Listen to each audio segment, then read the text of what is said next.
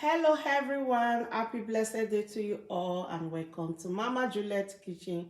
Today we're going to be making nice delicious meal and here are the ingredients. We have our chicken sausage, potatoes, sweet potato, onions, garlic and butternut. Okay guys, our potato is on the fire. We're going to add a little bit salt. I will let it cook for 15 minutes. We're going to add a little bit olive oil. Here is onions and garlic. Add a little bit salt, the rosemary. You just let it fry, just 10 to 3 minutes. Our butternut. We're going to add black pepper. You're also going to add aromat.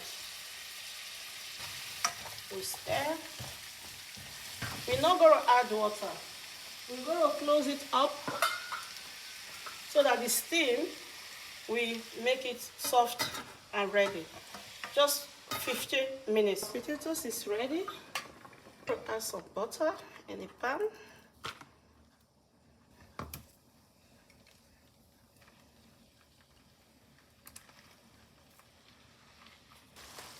Look at it, so juicy.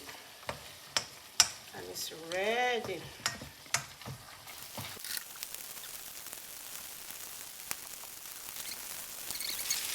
It's ready, guys.